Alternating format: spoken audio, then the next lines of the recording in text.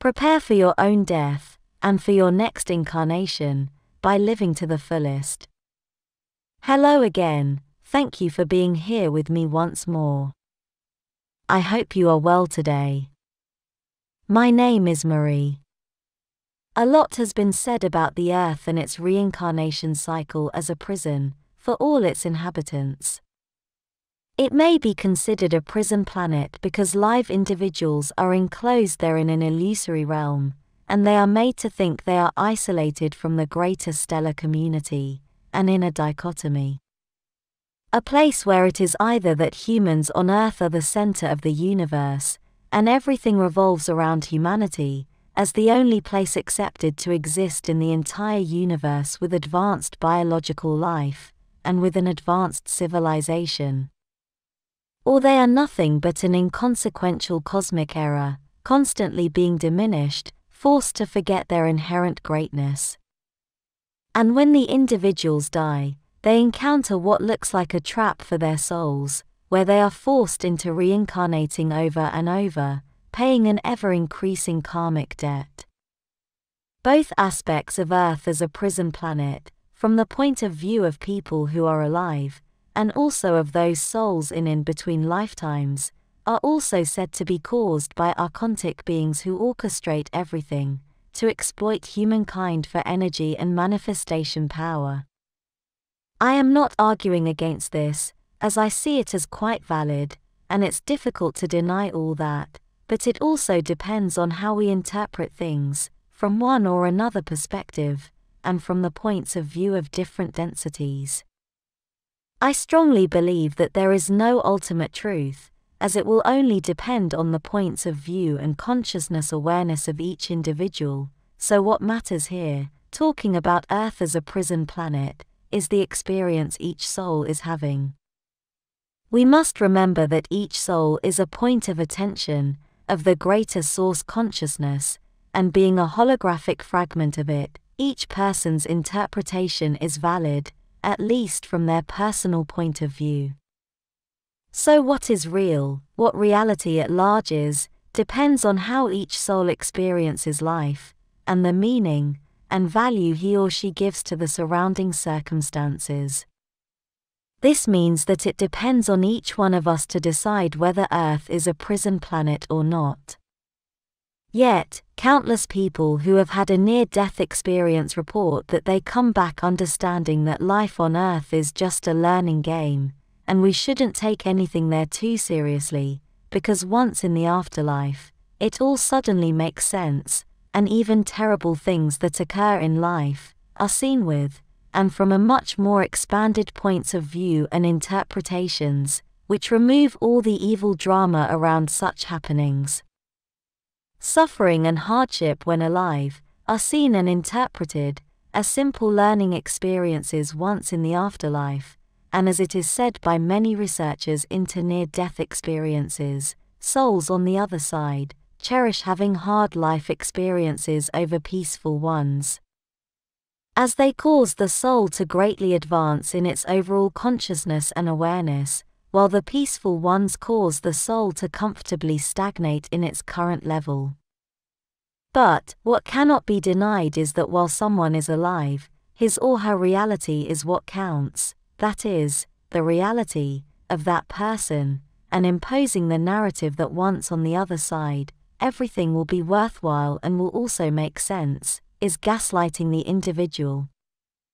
It is a justification to make each soul suffer as much as possible, for energetic exploitation or for whatever, and always with the promise of a great reward in the afterlife, in heaven, Valhalla, or however you want to call it. Be it that this consciousness expansion, change in meaning and interpretation of things experienced while alive, and how that changes when in the afterlife is true or not, it sounds to me awfully like the same old religious lies and manipulation, all for population control. Some of us do remember many things from the afterlife, some people more than others, and although this interpretation I just explained is backed by many cases, for example in the works of Dolores Cannon, as a reference, each individual does have its unique interpretation of how specific events and things in their lives are seen when alive and when in the afterlife. But how can we escape all this? That is the big question. One thing that is common among countless researchers into this subject is that the heavy spiritual work must be done while alive. The way to escape the matrix on Earth, the reincarnation cycle or samsara wheel, escape any matrix, including the one in the afterlife, with all its supposed manipulations and archons, who force souls into reincarnating, is to achieve a state of mind and consciousness called Mahasamadhi in Earth's Eastern traditions. It is the way to truly escape the illusions and the limitations which keep the soul trapped in reincarnation cycles, of truly escaping the illusions, including the control systems of the matrix, and all that causes the soul to grow attached to ego ideas, to its identity. Mahasamadhi, as in Maha, means great all final, and Samadhi means absorption into who you truly are in your most expanded infinite nature, who you truly are as a soul who belongs in the cosmos, free and limitless. It is how you become absorbed from your matrix ego persona into your true cosmic nature, as source. Mahasamadhi is true freedom for the soul. It is said to happen only when the soul leaves the body, after it has realized that it has been a prisoner to all the illusions of being in physicality, and of having a biological body which is forced to follow matrix society rules. So the whole process of becoming, and of breaking free from the illusions of the ego, and of the matrix is for liberation, no more reincarnations, and no more falling into believing false illusions of any kind, and from the point of view of those Eastern traditions, that state is also called salvation. As they say, it is salvation from living in the illusion that has been imposed on you by someone else, with imposed rules, and imposed ways of thinking and limits to awareness. Clearly here referring to archontic controllers of Earth, live overlords too, but especially referring to those in the lower astral, although this is also an interpretation of the meaning of Mahasamadhi, I know. One of the ways to achieve this is simply by expanding your consciousness awareness in all its meaning, and in all its angles, but that may take lifetimes. But one of the things we must all know is that we must face our own death, our own mortality, and all that it means and brings. When we die, what we experience will only be, and can only be, whatever our vibration is a match to. We manifest our own heaven, and our own hell, and all in between, in our own private, and particular version of them. We create our reality which is only a reflection, of who we are and of our vibration. Reality is a mirror of our thoughts and emotions, as I always say.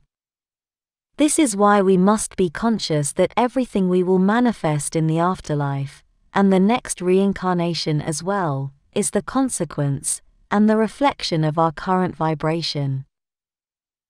We must not look for redemption only at the time of our death, or when we are in a hospital bed waiting for it, although better then, than never, I know. It is a lifelong task, of learning and of responsible thinking and decision-making.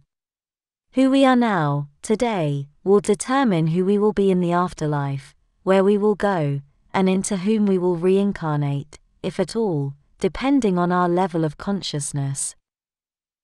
We must work on our ethics, and on our values as individuals, and as souls.